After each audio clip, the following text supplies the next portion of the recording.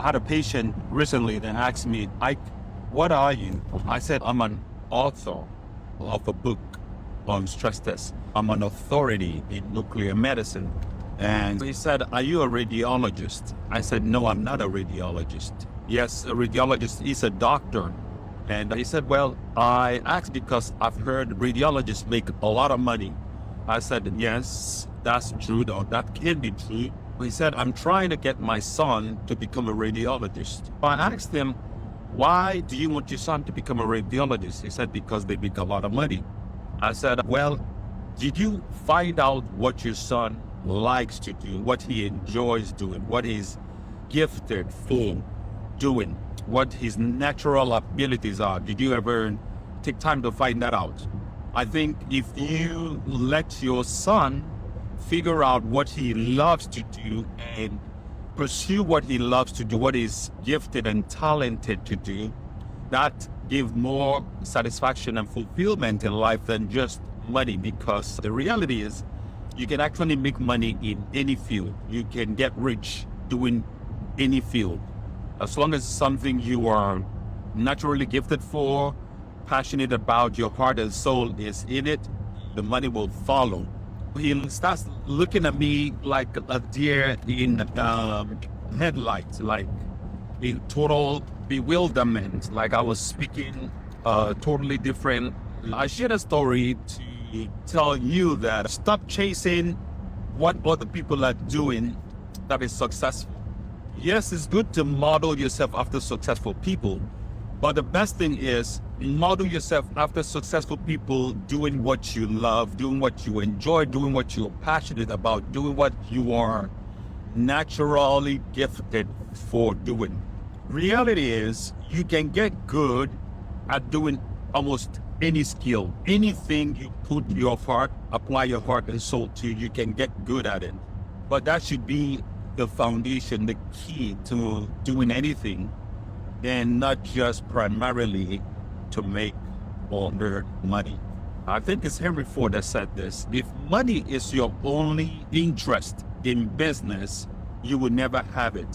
If your interest is to help other people, to bring solution to people's challenges or problems, the money follows, problems solved. That's just a nugget I want to drop. Rapid fire, I'm going to touch on one or two other things, then I will get off of this podcast. Stress. Well, there's different kinds of stress. I wrote a book about cardiac stress tests, which is pretty much the stress that we can tell with medical science. Some of the primary symptoms are high blood pressure, hypertension, high blood pressure, high cholesterol, and diabetes. And we're talking about type 2 diabetes. Those primary symptoms are a great indication to do a cardiac stress test. And what a cardiac stress test does is see the blood flow to your heart at rest and at stress. So we take images of your heart at the resting phase and compare what the heart shows under stress phase. Two sets of pictures, one at rest, one at stress. And the way to stress the heart is use of medication. You can use medication to stress the heart, to dilate the blood vessels and increase blood flow to the heart, which is the same thing that happens when you have a physical stress. On a treadmill, you run or you jog around the block. So you can stress the heart that way, inject a tracer or radioisotope, and now image the travel of that tracer in the heart. That is what I wrote the book on.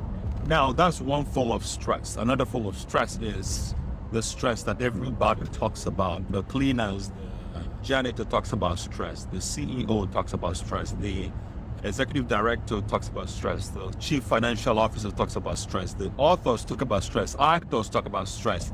Mothers talk about stress. Fathers talk about stress. Doctors talk about stress. Technologists talk about stress. Nurse practitioners talk about stress. Nurses talk about stress. The president talks about stress. The vice president talks about stress. Everybody talks about stress, right? But I say this: there's no stress in the world. There's only stress inside of people. Stress happens inside, not outside. No job is stressful. No work is stressful. If the CEO of a Fortune 500 company who's making 7 figures, 8 figures, or more, or less, is talking about stress. How come a janitor, a cleaner, a messenger, a customer service person, the same Fortune 500 company is talking about stress? Is it the job that is stressful, or is the stress inside of people? It's just that people have not learned how to handle their interiority. That is where the stress is. Once you learn how to breathe, how to relax, how to program your mind each morning, each day. There's a morning routine and there's a night routine. Your stress levels will be almost non-existent. How to handle stress? One, learn how to breathe. We find that thoughts, everything happens in the mind. You get stressed where? In the mind because of thoughts. They say humans have about 60 to 70,000 thoughts a day. I don't know if that's exactly true or not, but that's what modern science says. When those thoughts come, oftentimes those are things you have no control over the thoughts that come. I mean, the thoughts can come through what you see, what you hear, what you taste, what you feel. But my point is, the thought is not what makes you stressed. What makes people stressed is how you respond to that thought. If it's a thought of fear and you create the fear in your mind, fear happens in the mind, stress happens in the mind. The lack of handle of the thought is what causes stress. Now, the question is, how do you handle the thoughts? The way you handle the thought is to become aware. I mean, it's not like you have to be on the lookout for every thought. What's the next thought? What's the next thought I can handle? No, it's all about you have no control over the thoughts that come in, right? Or you cannot tell what thoughts come in. The only thing you have control is how you respond, how to react to that thought that is already there. Learning to become aware of the thoughts and not giving to the thoughts that come is the key to handling stress. Awareness, which is paying attention and noticing or seeing what has always been there. One more definition of awareness is becoming conscious of your unconscious thought is one of the keys to eliminating stress and handling stress. Get good at this, practice, just like anything else. Practice makes you better. You become better with practice, with the use. Just like physical exercise, the more you exercise, the more you get stronger, the more you get comfortable with lifting weight or working out or doing your abs. I took an Afro dance class recently and I was uncomfortable with the moves. Even though I'm doing the moves, just because it's not something I do on a regular basis, I had that feeling that my body is just not doing it right. But I kept doing it, I kept dancing, I kept practicing because I know that with time, continuous repetition is what makes me comfortable and makes me better. That's the same thing, mental preparation, mental handling stress is a mental thing. Learning to control your thought comes from thinking and using thought the right way. The basic things that humans need is not a lot. The basic things are food, shelter, and clothing. Those are the basic needs. Everything else is just wants, a variation of our needs. You want to wear designer clothes or carry a designer bag. Those are not needs, those are wants. You want to live in a Porsche neighborhood or drive a Porsche car. Those are not needs, those are wants. Understanding wants and needs and prioritizing each thing is the key to taking control of your life. Thoughts, feelings, actions, very important. Our thoughts control our feelings control our actions are a result, one expression of our thoughts. Inspired action is the key to transformation. This is 2025, and this year has already started off with a bang. Enjoy your activity, your schedule, your day, and do not let the day dictate what happens or how your day turns out. You are the operating power. You are the one that dictates how your day turns out. It's not the day that dictates how your day turns out. Some people say, what if people are mean to me? Am I just going to not be mean back to them? No, you're not just going to be mean back to them because you don't let them dictate your day. You are the one that dictates.